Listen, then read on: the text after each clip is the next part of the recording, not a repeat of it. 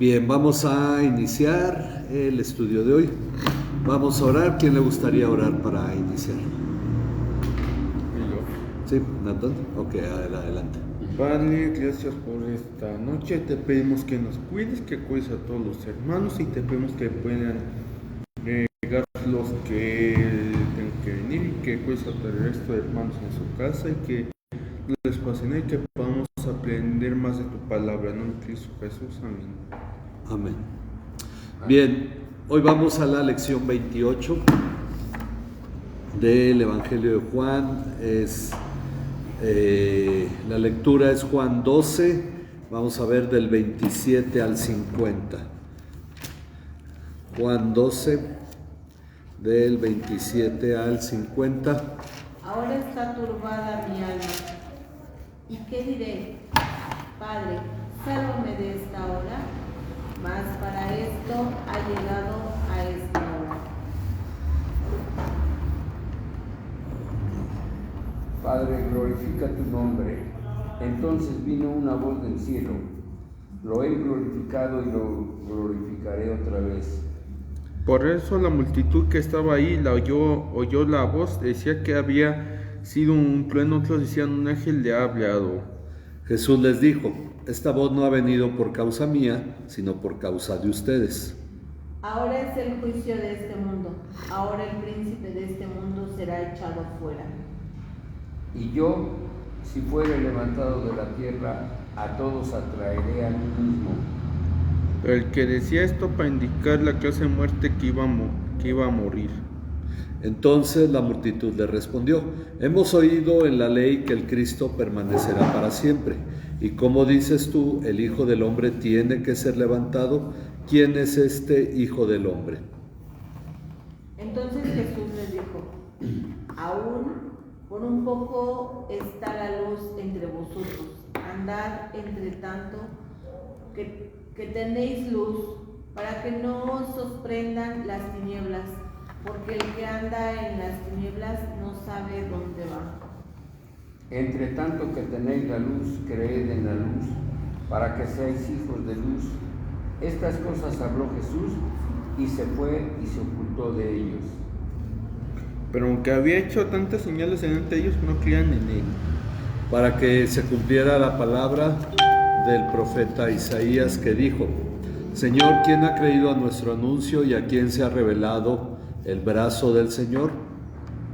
Por esto no podían creer, porque también dijo Isaías: Cegó los ojos de ellos y endureció su corazón, para que no vean con los ojos y entiendan con el corazón, y se conviertan y yo los sane. Esto dijo Isaías porque vio su gloria y habló de él. Sin embargo, muchos, aun de los gobernantes, creyeron en él, pero por causa de los fariseos no lo confesaban, para no ser expulsados de la sinagoga. Porque amaban más la gloria de los hombres que la gloria de Dios. Jesús clamó y dijo: el que cree en mí, no cree en mí, sino en el que me envió. Y el que me ve a aquel que me ha enviado. Yo, la luz, he venido al mundo para que todo el que cree en mí no permanezca en tinieblas. Al que oye mis palabras y no las guarda, yo no le juzgo, porque no he venido a juzgar al mundo, sino a salvar al mundo. El que me rechaza y no recibe mis palabras, tiene quien le juzgue. La palabra que he hablado, ella le juzgará en el día postrero. Porque yo no he hablado por mi propia cuenta, sino que el Padre mismo me ha enviado, me ha dado mandamientos sobre lo que he de decir y lo que he de hablar. Y sé que su mandamiento es vida eterna, por eso lo que yo hablo, lo hablo tal como el Padre me lo ha dicho. Bien, hoy vamos a ir a esta parte donde hemos visto, culmina el testimonio, el ministerio público de Jesús. Dice, en el estudio pasado, llegamos al momento en que Jesús señala que finalmente ha llegado su tiempo, el tiempo en que será entregado a la muerte para que lleve mucho fruto. Por lo tanto, culmina su testimonio con un importante señalamiento. y luego Juan lleva a cabo un resumen de su testimonio. Que vamos a ver el señalamiento. Dice: iniciamos este estudio con una frase que ha sido interpretada de diferentes formas. Ok, la frase es: ahora mi alma. Ok, esto involucra a Jesús mismo, es como decir yo. Mi alma se ha angustiado, y que diré: Padre, sálvame de esta hora. Pero para esto he llegado a esta hora. O para esto he venido a esta hora. Podríamos decir, para eso he llegado hasta aquí, ¿verdad? He venido hasta aquí. Bueno, ok, ahora la diferencia, y esto en diferentes versiones, traducciones de la Biblia, incluso algunas que chequé comparando en inglés y bueno, con los signos de interrogación se ve, dice, algunas versiones redactan este versículo, este es el primer modo, de modo que Jesús dice algo como: estoy angustiado, pero ¿acaso diré al Padre que me salve de lo que viene? No, para eso vine aquí. Esta es la forma que viene en la Reina Valera 60, en la Nueva Biblia de las Américas, en la Nueva Versión Internacional, digamos las más usadas, y bueno, y a partir de la Reina Valera 60 también la 95, pero otras versiones, incluyendo otras revisiones de la Reina Valera, lo ponen en otra forma. Dice, otras versiones traducen esta idea. En lo primero vemos que Jesús hace una afirmación: estoy angustiado, luego hace una pregunta retórica: ¿y qué diré? Y después hace una afirmación, como diciendo: estoy muy seguro de que voy a la muerte. Y esto es la voluntad del Padre. Pero otras versiones traducen esta idea de esta forma: estoy angustiado, ¿qué puedo decir? Padre, si hay otra forma de llevar a cabo esta obra, pero sé que tu voluntad ha sido traerme hasta aquí para esto. Es decir, que la segunda parte de este versículo en realidad es una oración al Padre. Entonces son dos formas. Bueno, esto lo hace la Reina Valera 909, la Biblia de Jerusalén, la Biblia en lenguaje sencillo. De hecho, todas las Reina Valeras hacia atrás, desde 1500 y fracción. Ok. Lo primero que debemos considerar, bueno, ¿cómo debemos entender esto?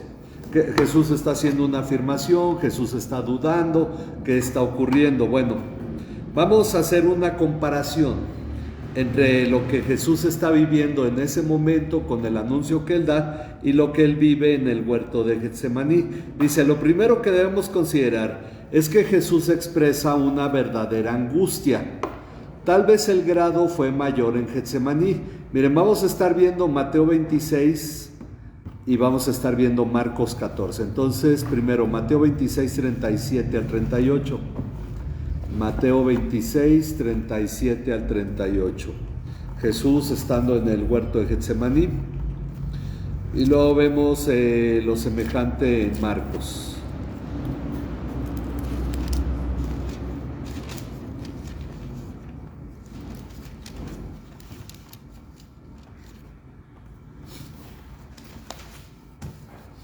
A ver, ¿lo puede leer Luis? Sí. Dice, y tomando a Pedro y a los hijos de Zebedeo, comenzó a entristecerse y a angustiarse de gran manera. Entonces Jesús les dijo: mi alma está muy triste, hasta la muerte, quedaos aquí y velad conmigo. Ok, entonces, Es Mateo. 26, 37 al 38, ¿verdad? Y semejante en Marcos 14, 33 al 34. Y tomó consigo a Pedro, a Jacobo y a Juan, y comenzó a entristecerse y a angustiarse, y les dijo: mi alma está muy triste hasta la muerte, quedaos aquí y velad. Ok, es lo mismo que está diciendo aquí: mi alma está angustiada. Seguramente sí, el grado era mucho mayor en Getsemaní, pero Jesús a partir de entonces ya empezó a experimentar la angustia de la cruz. Luego hace un ruego al Padre en el huerto de Getsemaní para ver si hay otro modo de cumplir su voluntad. También aquí cuando dice, ¿y qué diré? Padre, sálvame de esta hora. Ok, vamos a ver ahora, siguiendo ahí, Mateo 26, 39. Si quieres leerlo tú, Luis, que leíste el anterior, y luego nuestra hermana el de Marcos. Yendo un poco adelante, se postró sobre su rostro, orando y diciendo: Padre mío, si es posible, pase de mí esta copa, pero no sea como yo quiero, sino como tú. Ok, es la oración donde él trata de pedir otra alternativa. Marcos 14, 36. Y decía: Abba, Padre, todas las cosas son posibles para ti. Aparta de mí esta copa, mas no lo que yo quiero, sino lo que tú. Ok, hay un momento en el que Jesús está pidiendo al Padre, sí. ¿Qué quiere decir Abba, Padre? Es la forma íntima de hablar con Dios, que significa papá o papito. Es lo que dice Romanos 8, que recibimos el Espíritu, por el cual clamamos Abba Padre, es decir, entramos en esta comunión cercana con Jesús, con Dios, perdón, con el Padre. Ok, bueno, dice, luego hace un ruego, para ver si hay otro modo de cumplir su voluntad, pero al final hay un entendimiento de la voluntad de Dios que lo involucra totalmente en su muerte. Esto ya nada más lo dice en Mateo 26, 42. Otra vez fue y oró por segunda vez, diciendo: Padre mío, si no puede pasar de mí esta copa sin que yo la beba, hágase tu voluntad. Ok, esto es la aceptación de la voluntad de Dios. Hay una lucha, sí, porque Jesús tiene una naturaleza humana y está angustiado. Y esto es tal como él lo dijo en Juan 10, 17 al 18. 17 y 18. Ajá. Por eso me ama el Padre, porque yo pongo mi vida para volverla a tomar. Nadie me la quita, sino que yo de mí mismo la pongo. Tengo poder para ponerla y tengo el poder para volverla a tomar. Este mandamiento recibí de mi Padre. Ok, entonces, él estaba convencido de que la voluntad del Padre era que le entregara su vida. Está en este momento en el cual él está como aquí mismo, ¿qué diré? Padre, sálvame de esta hora. Mas para esto he llegado a este momento, ¿verdad? Entonces Jesús entiende la voluntad del Padre y entendemos la lucha que hay en él. Dice, así que entendemos que Jesús está abriendo su corazón ante la imponente tarea que tiene por delante. Sin embargo, estaba dispuesto a cumplir la voluntad del Padre, que incluía su sufrimiento y muerte. Es un momento en que Jesús da a conocer lo que ocurre en su corazón, en su ánimo, en la forma en que él se sentía. Por eso, lo siguiente que dice después de esta frase es una petición más. Padre, glorifica tu nombre. Inmediatamente después de decir esto, Padre, glorifica tu nombre. Es la unión entre hágase tu voluntad y santificado sea tu nombre, como enseñó a orar Jesús, ¿verdad? Padre, glorifica tu nombre. Como respuesta a esto que Jesús acaba de decir, se escucha una voz del cielo: y lo he glorificado y de nuevo lo glorificaré. Ok, dice... Lo glorificaré otra vez. Ok, lo glorificaré otra vez. Bueno, vamos a ponerle, y de nuevo lo glorificaré. Lo he glorificado y de nuevo lo glorificaré. Ahora, la multitud que estaba allí, todos los judíos que estaban ahí, oyó la voz, pero al parecer no la comprendieron, pues unos decían que había sido un trueno. Quizás solo oyeron un rugido fuerte del cielo, pero fue exactamente después de que Jesús habló. Unos dijeron que era un trueno, otros decían que un ángel le Dice, otros decían que un ángel le ha hablado. ¿Qué sería? Le había hablado.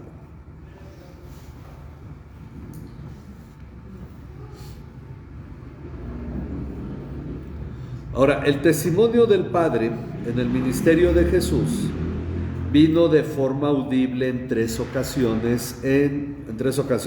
Ok, la primera es en su bautismo. Bueno, este lo conocen todos, ¿no? Cuando dice, este es mi hijo amado en quien tengo complacencia. Ahí en Lucas 3:22. Luego en la transfiguración, eso está en Mateo 17:5, donde, bueno, si quieren leemos Mateo 17:5.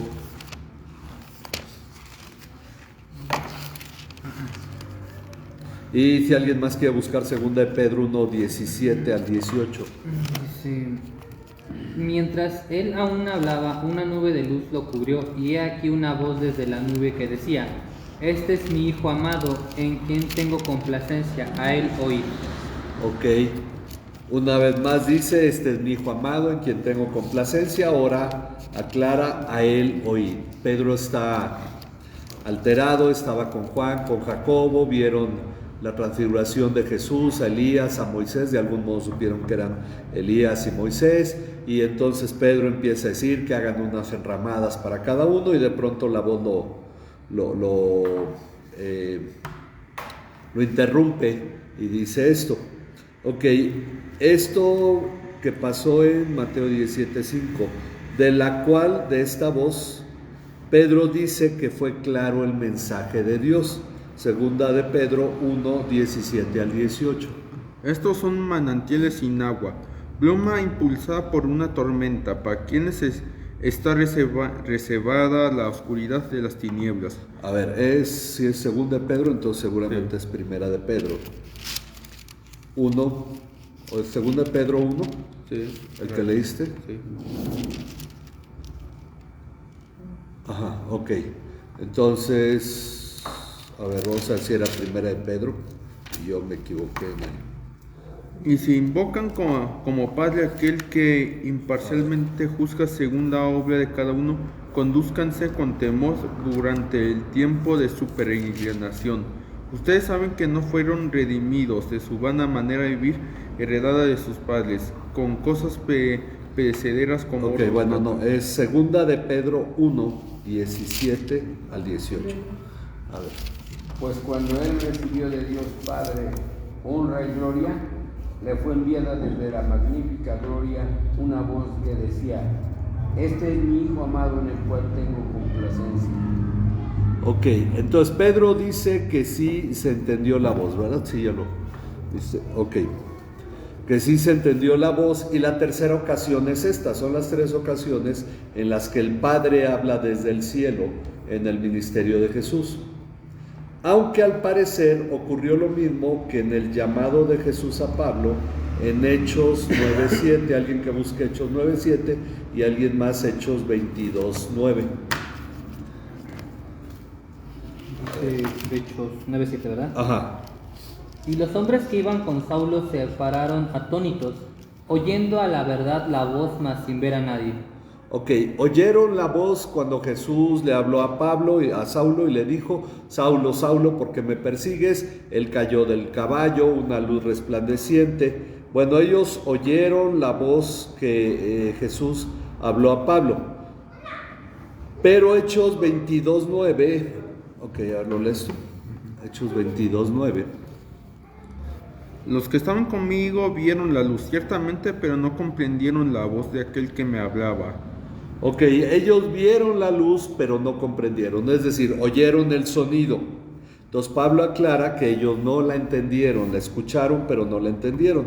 Por esa razón, aquí Jesús aclara, ya volviendo a Juan 12, Jesús aclara, esta voz no ha venido por causa mía.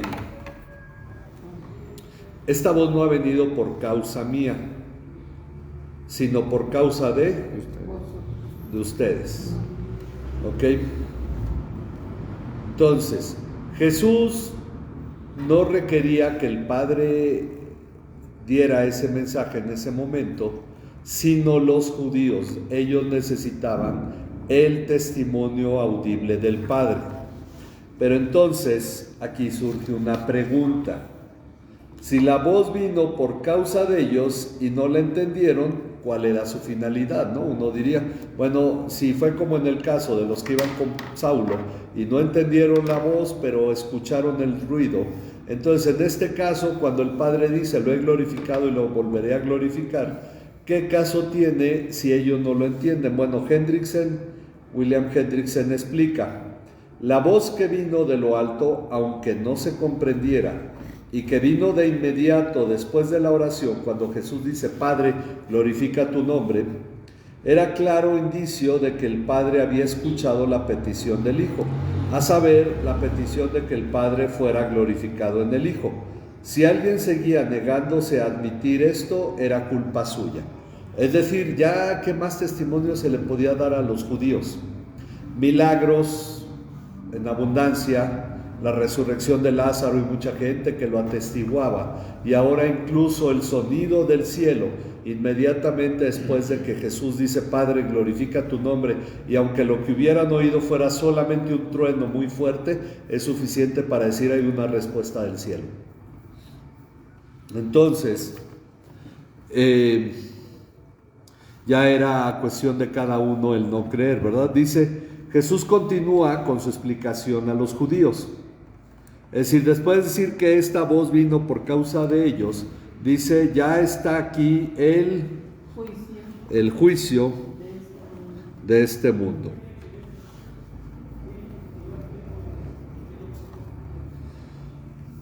Ya está aquí el juicio de este mundo. Ahora el príncipe de este mundo, el príncipe de este mundo, será echado fuera. Y luego continúa la frase, pero yo, bueno, el párrafo, pero yo, si soy levantado de la tierra, a todos traeré a mí mismo. Ok, vamos a ponerle, atraeré a todos a mí mismo. Atraeré como una atracción, ¿verdad? Como un imán. Atraeré a todos a mí mismo. Es el cuadro que Jesús quiere poner en nuestra mente, una forma de que Él siendo levantado en la cruz, Él atrae a todos los que creen en Él. A todos atraeré a mí mismo. Cuando Jesús anunció que su hora había llegado, esto lo vimos en el estudio pasado, cuando los griegos piden hablar con Él y Jesús dice, ahora ha llegado la hora. Entonces, cuando Jesús anunció que su hora había llegado, implicaba más que solo el final de su predicación pública. A partir de este versículo, Jesús ya no va a volver a predicar a los judíos públicamente. El resto es solamente en el aposento alto con los discípulos y ya toda la narración de su arresto, juicio, crucifixión.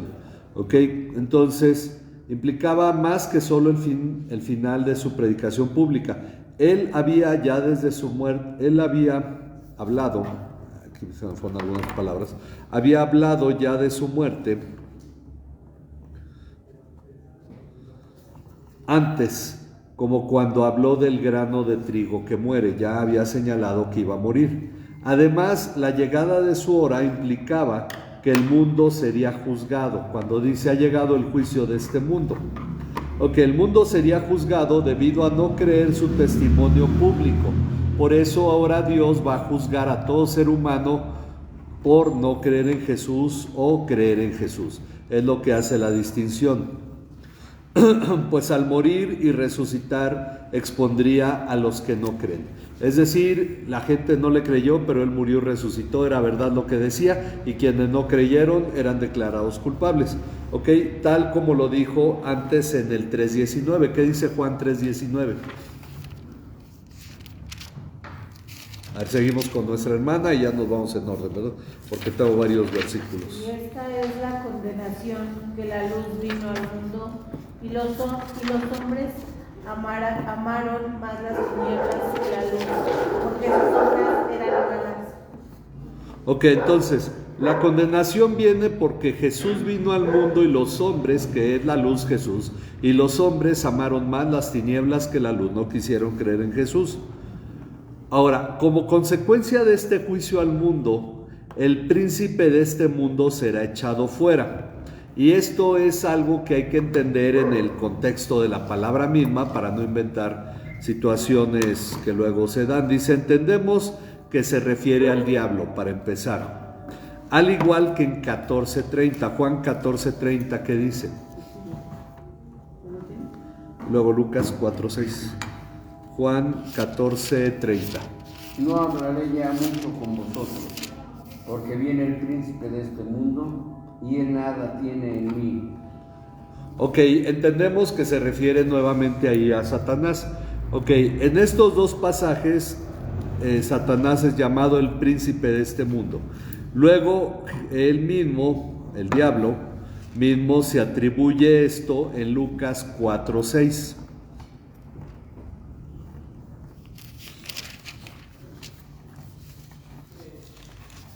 Todo este dominio y su gloria te daré, le dijo el diablo, pues a mí me ha sido entregado y a quien quiero se lo doy. Ok, el diablo se señala a sí mismo como aquel que recibió el dominio del mundo, y él a quien quiere se lo da. Bueno, lo cual el diablo se atribuye. Bueno, también es llamado el Dios de este mundo. Vamos a ver 2 Corintios 4:4. En los cuales el Dios de este siglo cegó el entendimiento de los incrédulos, para que no les resplandezca la luz del Evangelio de la gloria de Cristo, el cual es la imagen de Dios. Ok, y finalmente es llamado el príncipe de la potestad del aire en Efesios 2:2. En los cuales anduvisteis en otro tiempo, siguiendo la corriente de este mundo, conforme al príncipe de la potestad del aire, el espíritu que ahora opera en los hijos de desobediencia. Ok, si se fijan, en ningún versículo se le llama el administrador o el rey del infierno ni nada de eso. Todo es el rey, el príncipe de este mundo, el príncipe de la potestad del aire, el Dios de este siglo, el Dios de este mundo. Entonces nos damos cuenta que en realidad todo está relacionado con la tierra, nada con el infierno. Eso es una idea griega, ¿ok? Que ha permeado mucho a la iglesia durante siglos, pero es una idea equivocada. Bueno, ahora, que el diablo sea echado fuera es consecuencia de que al ser levantado o crucificado, Jesús atraiga a todos hacia él. Esto también lo dijo en Juan 3:14-15.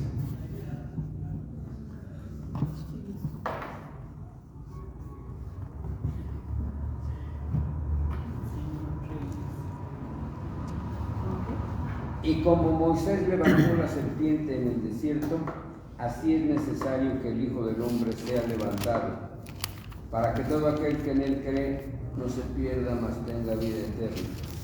Ok, entonces cuando Jesús habla de atraer a todos a sí mismo, coloca todo esto en el sentido de que aquellos que creen en Él van a ser libres de condenación eterna, van a tener vida eterna, y entonces, como dice aquí, las personas serán arrebatadas del dominio del diablo, como dice Colosenses 1:13. Porque Él nos libró del dominio de las tinieblas y nos trasladó al reino de su Hijo amado. Entonces ya somos arrebatados del dominio de las tinieblas, somos llevados al reino de Jesucristo. Eso es lo que implica que el príncipe de este mundo es echado fuera, ya no tiene el dominio que tenía, porque cuando Jesús resucita, lo que le dice a sus discípulos antes de ascender al cielo es: toda autoridad o toda potestad me es dada en el cielo y en la tierra. El diablo ya no puede decir: estos reinos se me fueron entregados y a quien yo quiero se los doy esta autoridad. No, ahora la tiene Jesús. Por eso también más adelante, ya no incluye todo esto porque es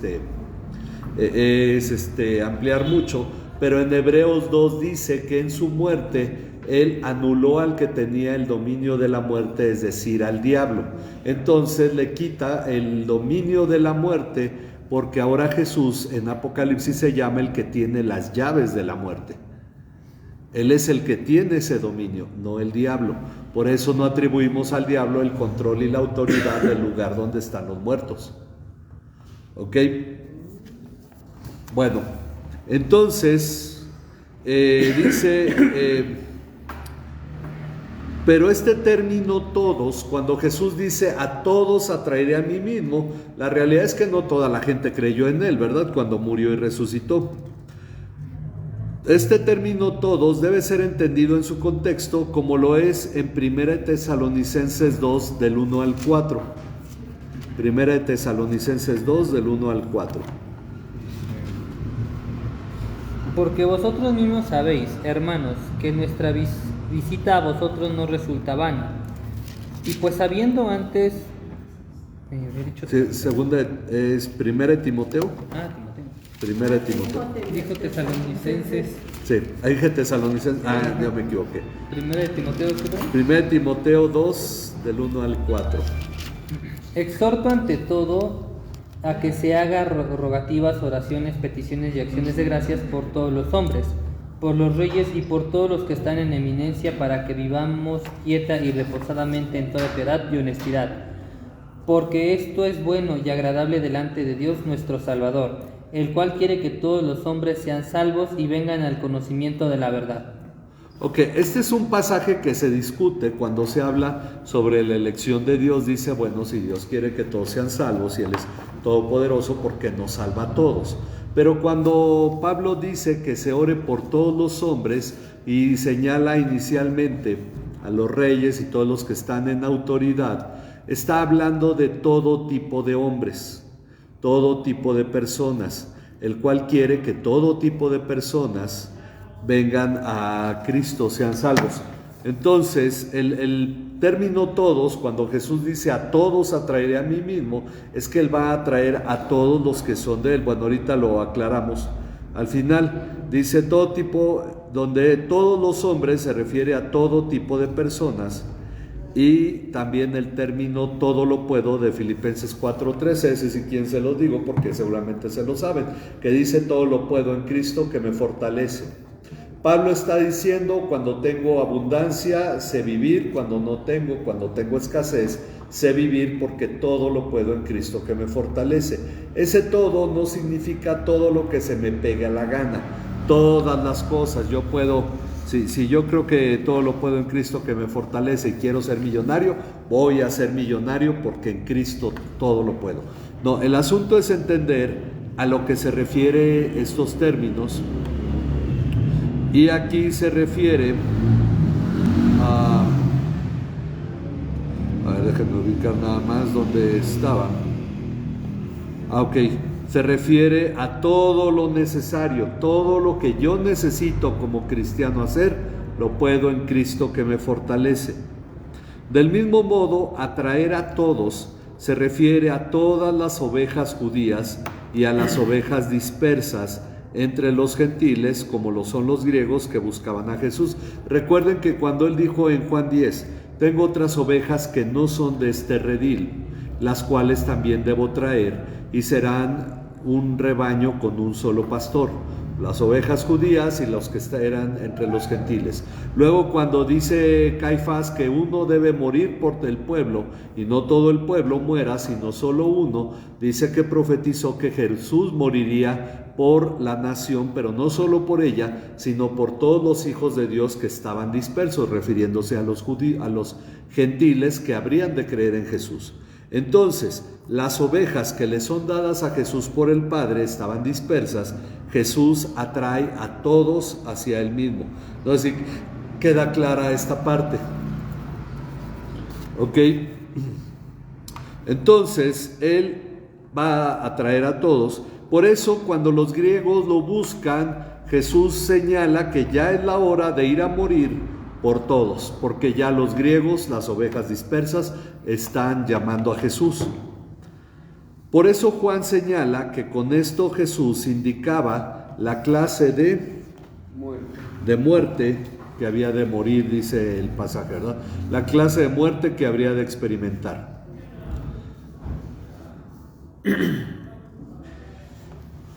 Ok, entonces la multitud le respondió. Y es interesante lo que responde la multitud. Hemos oído en la ley que el Cristo, o en la ley está escrito que el Cristo, hemos oído en la ley que el Cristo permanecerá para siempre. ¿Cómo dices tú, el Hijo del Hombre? Porque ahí ya no mencionó Jesús el Hijo del Hombre, él dijo, si yo fuere levantado. Cuando dijo el Hijo del Hombre será levantado, fue en Juan 3, cuando habla con Nicodemo. Entonces quedó esa frase y por eso ellos la sacan en este momento. ¿Cómo dices tú, el Hijo del Hombre tiene que ser levantado? Se está refiriendo a morir en la cruz. Ellos ya entienden que Él es el Hijo del Hombre, porque Jesús habla de su crucifixión. Pero preguntan quién es este Hijo del Hombre. Ahora, aunque de hecho los comentaristas se dedican a comentar sobre estas cosas que dicen los judíos, dice, aunque ahora la multitud quiere demostrar conocimiento de la palabra, como en Juan 7:27, ¿quién sigue? Rudy, ¿verdad? Juan 7:27 y Juan 7:42. Juan 7:27. Pero sabemos de dónde es, mas cuando venga el Cristo, nadie sabrá de dónde sea. Ok, los judíos dicen, nosotros hemos oído del Cristo y sabemos que cuando el Cristo venga nadie va a saber de dónde viene, pero de este sí sabemos de dónde viene. Luego en el versículo 42 dice, ¿no ha dicho la Escritura que el Cristo viene de la descendencia de David y de Belén, la de donde era David? Ok, entonces la multitud tiene sus ideas. Primero dice que nadie va a saber de dónde es el Cristo. Luego dice, bueno, la Escritura dice que viene de Belén. Ellos quieren decir, ahora dicen que la Escritura dice que el Cristo permanecerá para siempre. Y en esto aparenta honestidad en su pregunta. Explícanos quién es este Hijo del Hombre. Pero Jesús no toma en cuenta lo que bien podría ser un nuevo reproche. Si se fijan, Jesús no les hace caso.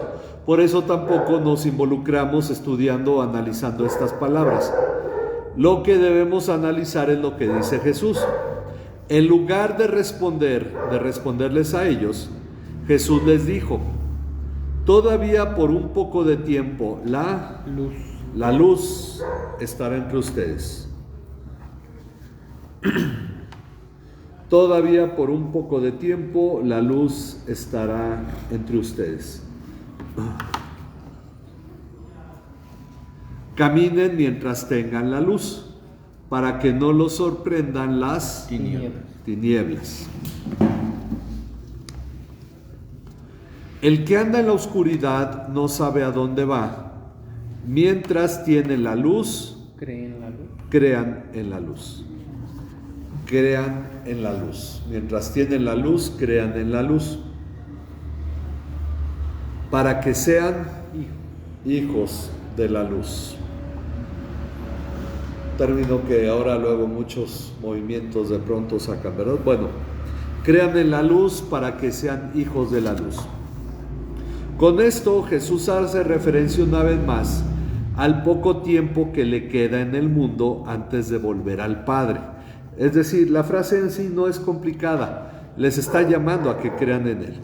Pero Él habla del poco tiempo que tiene antes de volver al Padre, como lo hemos visto en Juan 9:4 y luego en Juan 11 del 9 al 10. Pues Juan 9:4, Juan 11 del 9 al 10. Me es necesario hacer las obras del que me envió, entre tanto que el día dura. La noche viene cuando nadie puede trabajar. Ok, ahí Él empieza a hablar del asunto de la noche y del día, cuando hay luz. Luego en Juan 11, 9 al 10. Respondió Jesús, ¿no tiene el día 12 horas? El que anda de día no tropieza, porque ve la luz de este mundo. Pero el que anda de noche tropieza, porque no hay luz en él. Ok, si nosotros vamos tomando estas partes donde Él habla del tiempo y de la luz, entonces Él está haciendo referencia a Él está haciendo referencia a lo que ya había dicho previamente, pero ahora lo acompaña con un llamado que hace referencia. Él les dice: crean en la luz, mientras tienen la luz, crean en la luz. Esto ya es un llamado que él no había hecho, para que sean hijos de la luz. Esto hace referencia a Juan 1:9. Luego Juan, ahí mismo el 12 al 13. Juan 1:9 y luego 12 al 13. Aquella luz verdadera que alumbra a todo hombre venía a este mundo. Mas a lo suyo vino y los suyos no le recibieron. Mas a todos los que le recibieron, a los que creen en su nombre, les dio potestad de ser hechos hijos de Dios, los cuales no son engendrados de sangre, ni de voluntad de carne, ni de voluntad de varón, sino de Dios. Ok, entonces hace referencia al hecho de que la luz vino, los suyos no le recibieron, pero los que sí lo reciben, a ellos les da el derecho de ser hijos de Dios. Y aquí los llama hijos de la luz. Hace referencia a eso. Luego también hace referencia a lo que dijo en Juan 3, 20 al 21. Porque todo el que hace lo malo odia la luz y no viene a la luz para que sus acciones no sean expuestas. Pero el que practica la verdad viene a la luz para que sus acciones sean manifestadas que han sido hechas en Dios. Ok, entonces aquí también habla sobre el hecho de la luz, de venir a la luz para que nuestras obras se muestren que las está haciendo Dios a través de nosotros. Y finalmente en Juan 8:12. Otra vez Jesús les habló diciendo: yo soy la luz del mundo. El que me sigue no andará en tinieblas, sino que tendrá la luz de la vida. Ok, entonces él se llama la luz del mundo, señala que él es la luz del mundo, les dice: mientras la luz está entre ustedes, crean en la luz. Y con esto nos explica lo que él dijo en Juan 9:5. Entre tanto que estoy en el mundo, luz soy del mundo. Entonces Jesús limita su testimonio personal y directo al tiempo en que está en el mundo. Ahora Él ha subido al cielo, ha ido a la diestra del Padre. La luz del mundo ahora son los que creen en Él. Jesús, ¿por qué? Porque Jesús no va haciendo sanidades en las calles, Jesús no se para en las esquinas a predicar, Jesús no está hablándole a la persona directamente, sino que los que creen en Jesús son los que hacen esto. Y por eso ahora los creyentes somos la luz del mundo, y Él está llamando a los judíos a hacer eso, a ser la luz del mundo. Les está llamando a ser hijos de la luz, porque en ese momento la luz está con ellos. Y así termina su testimonio, pues Juan dice que esto habló Jesús y se fue. Y no solo eso, se fue y se ocultó de ellos. Ya termina su testimonio público, sale de la vista de las personas, ya no va a hablar con la gente una enseñanza pública, de acuerdo al orden que lleva Juan en este evangelio. Con estas palabras Jesús concluye su testimonio personal, su testimonio público delante de los judíos. Ok, lo que resta, podríamos decir, es un resumen que Juan hace y que señala el efecto de la obra de Jesús y el llamado de Jesús. Dice: ahora tenemos un resumen de su ministerio, pues aunque Jesús había hecho tantas, ¿qué hizo Jesús? Señales. Ok, aunque Jesús había hecho tantas señales delante de ellos, ¿qué pasó? No creían en Él. Aunque Jesús había hecho tantas señales delante de ellos, no creían en Él. Pero también Juan explica, y esto podemos decir que en realidad estamos viendo que son las palabras del apóstol Juan escribiendo el Evangelio, que nos explica que con esto se cumpliría lo dicho por el profeta Isaías. Ok, que dijo: Señor, ¿quién ha creído a nuestro anuncio? Esto es Isaías 53:1, ¿verdad? ¿Quién ha creído a nuestro anuncio y a quién se ha revelado el brazo del Señor? Ok, y luego Juan sigue explicando. Y es que no podían creer porque Isaías dijo también: Él ha cegado sus ojos.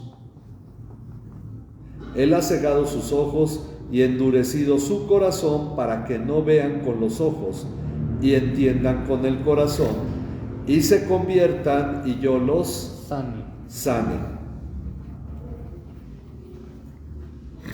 Es decir, que esto también está, son las mismas palabras que dice Jesús cuando narra la parábola del sembrador, y entonces los discípulos le dicen: explícanosla, y él les dice: a ustedes les es concedido conocer los misterios del reino, pero a ellos todos se les habla en parábolas, porque, y cita estas palabras, para que viendo no vean y oyendo no oigan, para que no entiendan con el corazón, se conviertan y yo los sane. Pues Isaías vio su gloria y habló de él. Isaías vio la gloria de Dios, vio la gloria de Jesús, y entonces dijo estas palabras. Ahora, ¿cómo debemos entender esto? ¿Por qué Jesús viene, les predica, pero cierra el corazón de ellos? Es lo mismo que el caso de Faraón. Faraón primero no quería dejar ir al pueblo de Israel, después lo quería dejar, pero ¿qué pasaba? Dios endurecía el corazón. Entonces Pablo explica en Romanos 9 qué es lo que Dios estaba haciendo, que Dios ha puesto unos vasos para ira y otros vasos para misericordia. A unos endurece para manifestar su gracia a los que creen, a los vasos de misericordia. Estos judíos no creían a pesar de todo, y Juan explica por qué no creían, porque Dios no les permitía. Ahora, no dudamos que muchos de ellos se convirtieron el día de Pentecostés. Es decir, su ceguera, no era el momento de creer, y seguramente en Pentecostés muchos de ellos que todavía estaban en Jerusalén creyeron. Con el paso del tiempo, algunos más Dios les ha de haber conseguido creer, pero Jesús aclaró, y ya lo hemos aclarado: los creyentes son aquellos que el Padre tomó y se los entregó al Hijo. Son los que creen, aquellos que me has dado. Ya llegaremos a Juan 17 y hablaremos sobre esto. Pero aquí esto se llama la soberanía de Dios. Dios es soberano y determina quiénes llama, quiénes deja. Por eso Jesús le dijo a los líderes judíos: ustedes no pueden oír mis palabras o entender mis palabras, no las reciben, porque no son de mis ovejas. Entonces es exactamente lo que Juan está explicando ahora. Ahora, el punto 13. Sin embargo, muchos aún de los gobernantes, ¿qué hicieron? Creyeron en él. Muchos, a lo mejor dirigentes judíos, porque los romanos no se metían todavía, creyeron en él, pero por causa de los fariseos no lo confesaban, para no ser expulsados de la sinagoga. Esto ya lo vimos en Juan 9, que todo aquel que dijera que Jesús era el Mesías, el Cristo, era expulsado de la sinagoga. Entonces no lo confesaban para seguir en la sinagoga, y Juan explica: porque amaban más el reconocimiento o la gloria de los hombres que el de Dios. Sí creían, pero decían: no, yo me quedo calladito. Nicodemo fue un creyente, medio habló y medio se cayó. Dijo: bueno, no podemos juzgarlo sin escucharlo antes, ¿no? O sea, como que lo defiende y lo menosprecian, y hasta le dicen que si acaso él también cree, ¿verdad? Bueno, amaban más el reconocimiento de los hombres que el de Dios. Entonces Jesús exclamó. Ahora, esto no nos dice en qué momento lo exclamó, porque es un resumen que Juan hace. El que cree en mí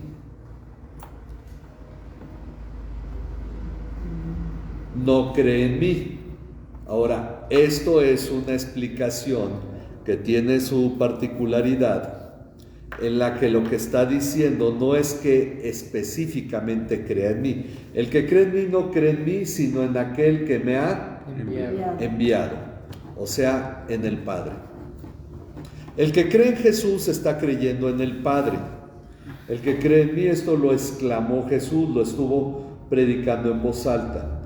El que cree en mí no cree en mí, sino en aquel que me ha enviado. Y el que me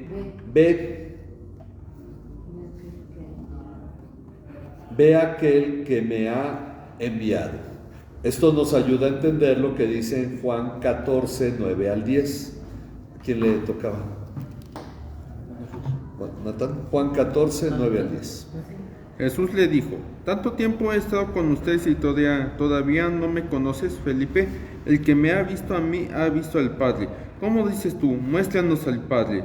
¿No crees que yo estoy en el Padre y el Padre en mí? Las palabras que yo les digo no las hablo por mi propia cuenta, sino que el Padre que mora en mí es el que hace las obras.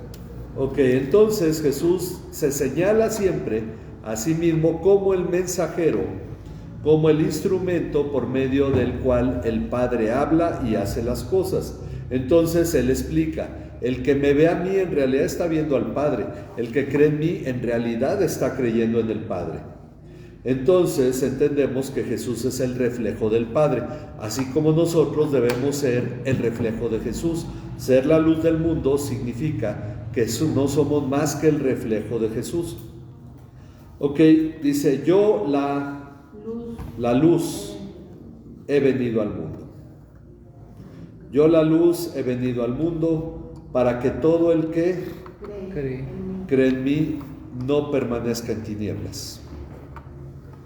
Necesito una terapia, necesito consejos de aquí, de allá, necesito entender mi situación, encontrarme a mí mismo, inventarme o reinventarme. Todo ese tipo de cosas es andar en la oscuridad. El que viene a Jesús en realidad entiende quién es, hacia dónde va, de dónde provino, qué está haciendo Dios, y tiene esa luz que no tiene el que no cree en Jesús.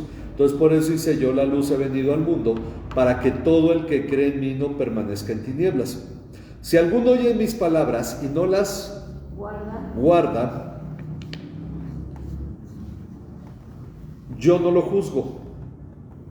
Ya esto previamente lo había dicho en Juan 3. Si alguien oye mis palabras y no las guarda, yo no lo juzgo, porque no vine a juzgar al mundo, sino a salvar al mundo. No vine a juzgar al mundo, sino a salvar al mundo.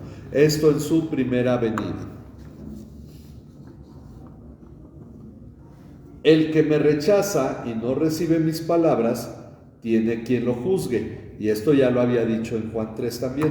La palabra que he hablado, la palabra que he hablado, esa lo juzgará en el día final. Por eso decimos, es un resumen. Esto lo dijo Jesús en Juan 3, por ahí del 18-17. Entonces, la palabra que he hablado, esa lo juzgará en el día final, porque yo no he hablado por mi propia cuenta. Como le dijo Jesús a Felipe: las palabras que yo hablo no las hablo de mí mismo. Entonces yo no he hablado por mi propia cuenta, sino que el Padre mismo me ha enviado, me ha dado mandamientos sobre lo que he de decir. Lo que he de decir y lo que he de hablar.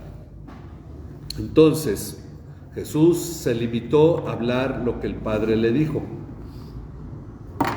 Y termina este capítulo y el ministerio público de Jesús con las palabras, o este resumen: y sé que su mandamiento es vida eterna. Es decir, si ponemos en práctica lo que el Padre ha dicho a través de Jesús, tenemos vida eterna. Por eso lo que yo hablo, lo hablo tal como el Padre me lo ha dicho. Lo que yo hablo, lo hablo tal como el Padre me lo ha dicho. Bueno, ¿alguna pregunta con este resumen y con la enseñanza que Jesús nos da hoy? ¿No? Bueno, entonces, pues agradecemos a todos los que nos ven por internet. Vamos a terminar orando para concluir este estudio, y con esto concluimos el capítulo 12 Ya la próxima semana empezamos, ahora sí, la otra casi es la mitad. La otra casi mitad del Evangelio es Jesús con los discípulos y toda la narración de su crucifixión y resurrección. Padre, te damos gracias porque tú nos guardas y nos sostienes. Te damos gracias por esta palabra que hoy pudimos estudiar, Señor, y analizar. Gracias, Padre, por lo que tú nos enseñas a través de tu Hijo Jesucristo, el mensaje que Él nos ha dado para que creamos en ti, porque al creer en Él estamos creyendo en ti, Padre, y confiamos que Él, siendo el único camino para creer a ti, en verdad, Señor, nos ha llevado a ti, a la vida eterna.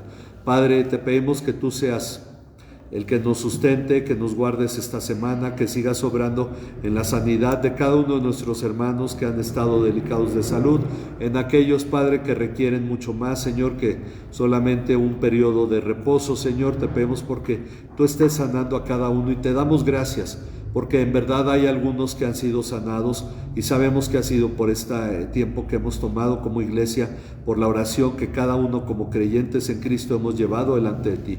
Te pedimos que tengas misericordia de tu iglesia, que nos proveas los recursos que necesitamos, que sigas obrando en cada uno de los que conformamos esta iglesia, en cada uno de los que han escuchado este estudio, Señor, y que escuchan el estudio de cada miércoles, Padre. Te pedimos por las barcas o los grupos de estudio bíblico que se han de reunir el viernes para que también obres en la vida de cada uno, Señor, y que tu palabra sea entendida, sea conocida. Gracias por todo tu amor, por toda tu bondad, Señor. Estamos en tus manos, en el nombre de tu Hijo Jesucristo. Amén. Amén. Que Dios bendiga a cada uno de los que nos ven por internet. Agradecemos su participación, el tomar este tiempo para compartir con nosotros.